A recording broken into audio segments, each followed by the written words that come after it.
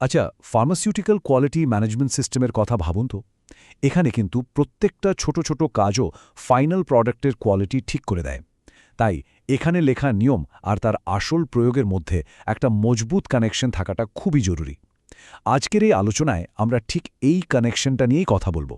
কিভাবে একটা standard operating procedure বা এসওপি শুধু একটা কাগজের ডকুমেন্ট না থেকে সব ফ্লোরের প্রতিদিনের কাজের একটা অংশ হয়ে ওঠে। চলুন তাহলে বিষয়টা একটু গভীরে গিয়ে বোঝা যাক। তো শুরুতেই একটা খুব সহজ কিন্তু জরুরি প্রশ্ন। অনেকেই ভাবেন একটা এসওপি লিখে ফেললেই তো হলো, নিয়ম মানা হয়ে গেল। কিন্তু আসলেই কি ব্যাপারটা এত সহজ? চলুন এই ধারণাটাকেই আমরা একটু খতিয়ে দেখি। দেখুন, আসল কথাটা হলো একটা ডকুমেন্ট যদি শুধু শেলফে পড়ে থাকে তাহলে সেটার কিন্তু কোনো দাম নেই।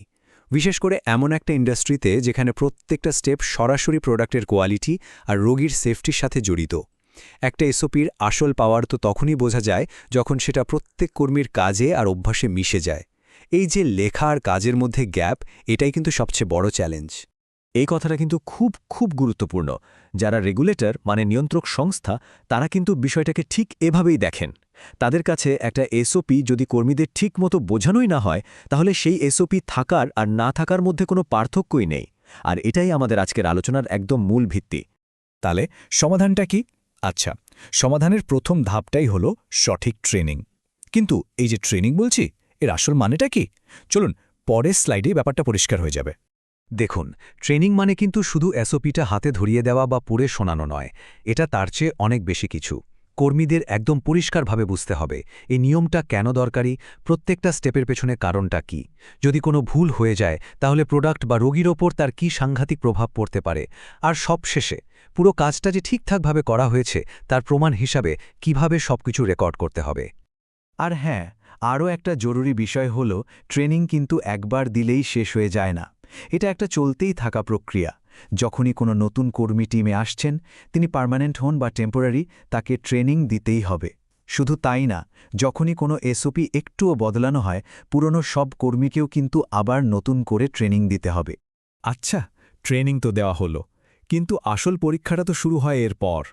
মানে সমাধানের দ্বিতীয় আর সবচেয়ে কঠিন অংশটা, সব ফ্লোরে এর সঠিক ব্যবহার বা ইমপ্লিমেন্টেশন। বাস্তবায়ন বা ইমপ্লিমেন্টেশন শব্দটা শুনতে খুব সহজ, তাই না? কিন্তু এর মানেটা কিন্তু অনেক গভীর। সোজা কথায়, কাগজে যা লেখা আছে বাস্তবেও যেন ঠিক তাই করা হয়। এক চুলো এদিক ওদিক নয়। থিওরি আর প্র্যাকটিসের মধ্যে একটা পারফেক্ট ম্যাচিং। এবার আসা যাক সেই মুহূর্তের কথায়, যখন সবকিছুর পরীক্ষা হয়।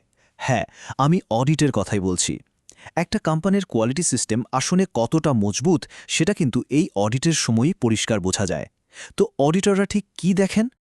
অডিটররা যা করেন তা খুবই সহজ, কিন্তু খুবই কার্যকর। তারা দুটো জিনিস পাশাপাশি রেখে মেলান। এক, এসওপির খাতায় কি লেখা আছে, আর দুই, সব ফ্লোরে কর্মীরা আসলে কি করছেন। এই দুটোর মধ্যে মিল আছে কি নেই সেটাই ঠিক করে দেয় সিস্টেমটা পাস না ফেল। এখন ভাবুন তো, এই দুটোর মধ্যে যদি কোনো অমিল পাওয়া যায় তাহলে কি হবে? এটাকে কিন্তু ছোটখাটো কোনো ভুল হিসেবে দেখা হয় না। না, একদমই না। এটা একটা বিরাট কমপ্লায়েন্স ফেলিয়ার। আর এর ফল কোম্পানির জন্য বেশ ভয়ঙ্কর হতে পারে। যেমন বিশাল অঙ্কের ফাইন, বাজার থেকে প্রোডাক্ট তুলে নেওয়া, এমনকি প্রোডাকশন লাইসেন্সও বাতিল হয়ে যেতে পারে। আর বাস্তবে কিন্তু এমন অনেক সমস্যাই পাওয়া যায়। এগুলো কিছু খুব কমন উদাহরণ যা অডিটররা প্রায় খুঁজে পান। যেমন ধরুন, ট্রেনিংয়ের কোনো রেকর্ডই হয়তো নেই, অথবা কর্মীরা না বুঝেই সই করে দিয়েছেন। অনেক সময় দেখা যায় সকালের শিফটে একভাবে কাজ হচ্ছে, তো রাতের শিফটে অন্যভাবে। নতুন এসওপি এলেও পুরনো অভ্যাসটাই সবাই চালিয়ে যাচ্ছেন। এই সবই কিন্তু সিস্টেমের দুর্বলতাকে চোখে আঙুল দিয়ে দেখিয়ে দেয়। তাহলে এত সব চ্যালেঞ্জের পর প্রশ্ন আসতেই পারে, একটা ভালো কোয়ালিটি সিস্টেম তাহলে কিভাবে তৈরি করা সম্ভব?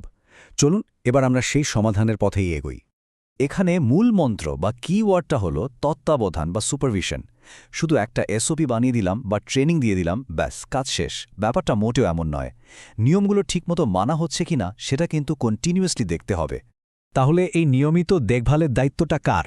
দেখুন, এটা কিন্তু শুধু কিউএ ডিপার্টমেন্টের একার কাজ নয়। এখানে সবারই ভূমিকা আছে। ডিপার্টমেন্টের হেড এবং ফ্লোর সুপারভাইজারদেরও একটা বিরাট দায়িত্ব রয়েছে। তাদেরকেই সবসময় দেখতে হবে যে যা লেখা হয়েছে বাস্তবেও যেন তার এক বিন্দুও নড়চড় না হয়। আসলে সব কথার শেষ কথা হলো এটাই, কোয়ালিটি কোনো কাগজ বা ডকুমেন্ট নয়, কোয়ালিটি তখনই সত্যি হয়ে ওঠে যখন ওই কাগজের লেখাগুলো সব ফ্লোরের প্রত্যেক কর্মী দৈনন্দিন কাজের অভ্যাসে পরিণত হয়, আর এটাই প্রত্যেকটা প্রোডাক্টের কোয়ালিটি নিশ্চিত করে। কিন্তু প্রশ্ন হলো, একটা লেখাকে অভ্যাসে পরিণত করার জন্য সবচেয়ে জরুরি জিনিসটা কি? হয়তো উত্তরটা লুকিয়ে আছে ধারাবাহিকতা, দায়বদ্ধতা আর রোগীর প্রতি আমাদের প্রতিশ্রুতির মধ্যেই।